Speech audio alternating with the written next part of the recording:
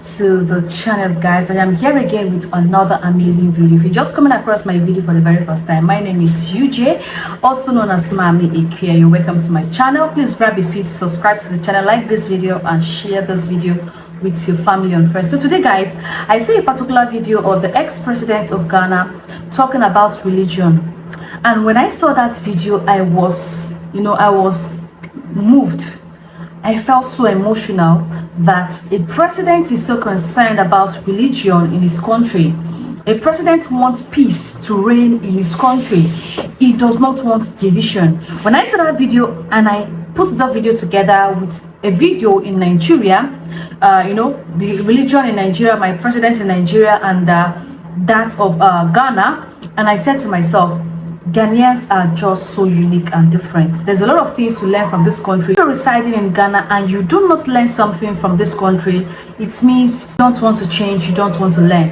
But without further ado, let's play the video to hear what they have to say concerning religion here in Ghana. And as well, I'm going to be playing the video of that of Nigeria for you guys to watch. Please, as you're watching, please do well to like the video, share the video, and subscribe.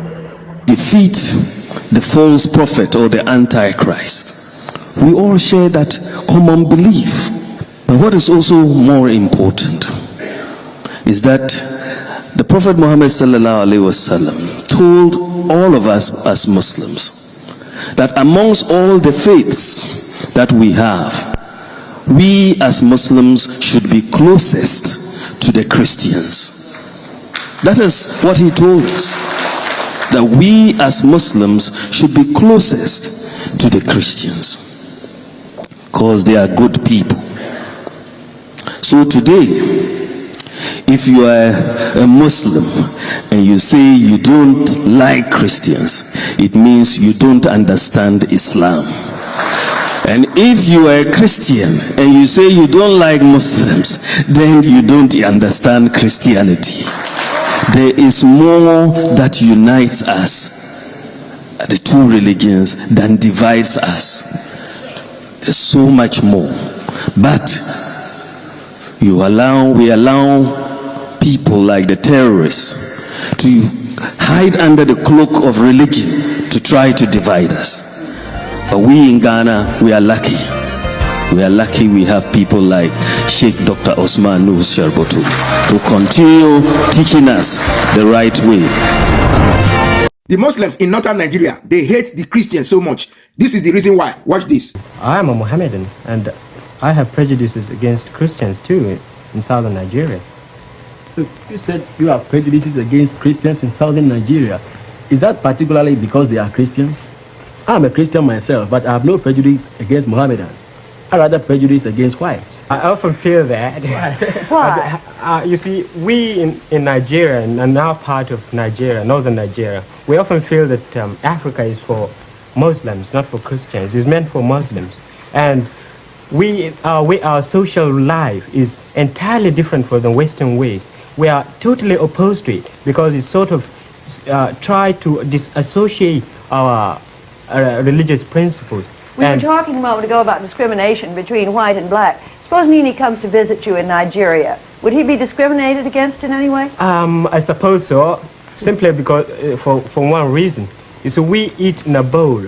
We in my home, we put a big bowl down, and you have about 3 or 4 people putting their hands all at the same time into the bowl. There is an element of competition. And you see, we don't allow Christians to interfere. We don't allow Christians to put their hands inside. You see, it's one of our religious doctrines. We don't allow, we're not supposed to eat with Christians in the same bowl unless we're obligated to.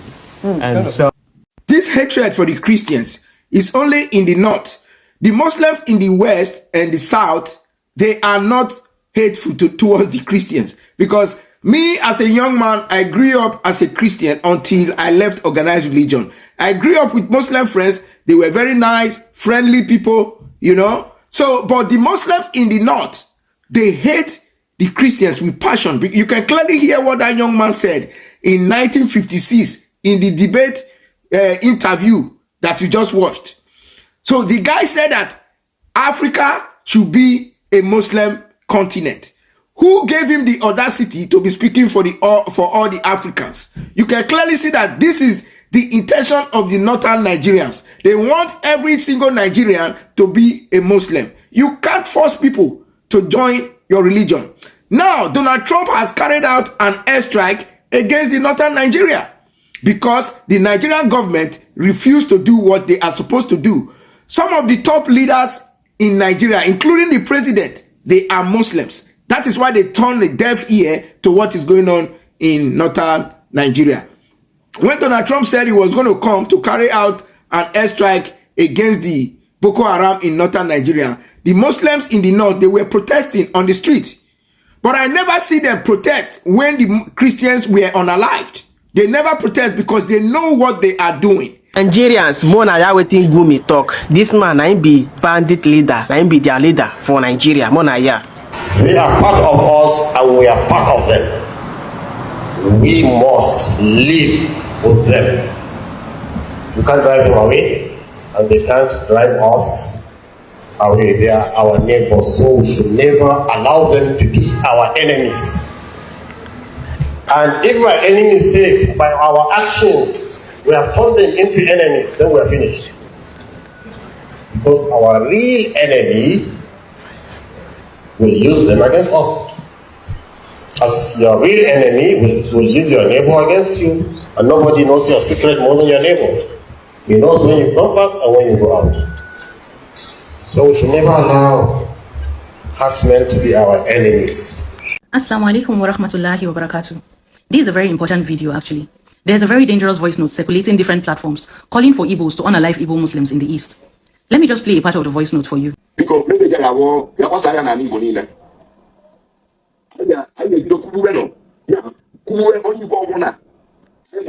those of us that don't understand what he said, he's basically calling for Igbos to unalive any Igbo Muslim that they find, no matter where they find them, and that they should do it swiftly, without hesitation. He also says that he believes that Igbo Muslims are being paid to propagate Islam in Igbo land. And I don't understand why some Igbos have this narrative actually. Igbo Muslims have been existing in Igbo land for centuries and they've never caused any violence and they've remained peaceful. So I don't understand why this intolerant behavior towards Igbo Muslims. This is so wrong. I'm calling on all authorities, the security authority, DSS, please you guys should look into this because this is becoming so serious. And a lot of Igbo Muslim ladies have reached out to me fearing for their life, feeling like they need to relocate out of Igbo land. When did this start being allowed to perpetrate violence against Igbo Muslims? This is so unfair, actually, and I believe that it should not be allowed to happen. Please, let us look into this seriously. Guys, this is just one of the reasons why I am so much in love with this country. This is one of the reasons why whenever I talk about Ghana passionately because these people, they are just so different. It is only in Ghana you would see that religion is not just the problem. I shared a video some days ago. The lady on that video was actually talking about how even during the Omowo festival, all Ghanaians eat from it. Even during the Salah period, all Ghanaians eat from the meat. Even during Christmas, they all eat from the Christmas food. And she was actually, telling us how, tasty the foods, both the Christmas, the Salah, the traditionalist food taste like. The way she was, talking about it, you could literally want to eat everything she's talking about. There are things that I see in this country and it makes me wonder that what kind of people are Ghanaians?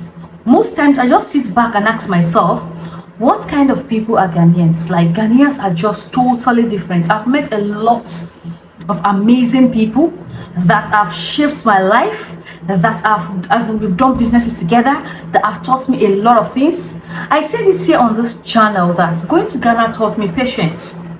I'm not a patient kind of person, but going to Ghana taught me patience. So when you come into a country, if you do not allow that country to change you for good, not for bad, if you do not learn something good from that country, it means you don't want to learn. It means you still want to remain the same way you came with. You still want to remain the same person every day. That is the reason why my people keep having problems wherever they go to, because they don't want to change from, the kind of lifestyle that we're living in Nigeria. They just come into the country, they still want to, live that kind of life here. And you're going into a country of which those people do not behave like that. When you see that they don't behave like this, they don't discriminate, they don't curse each other, they don't fight each other. So who are you to come into the country to start fighting?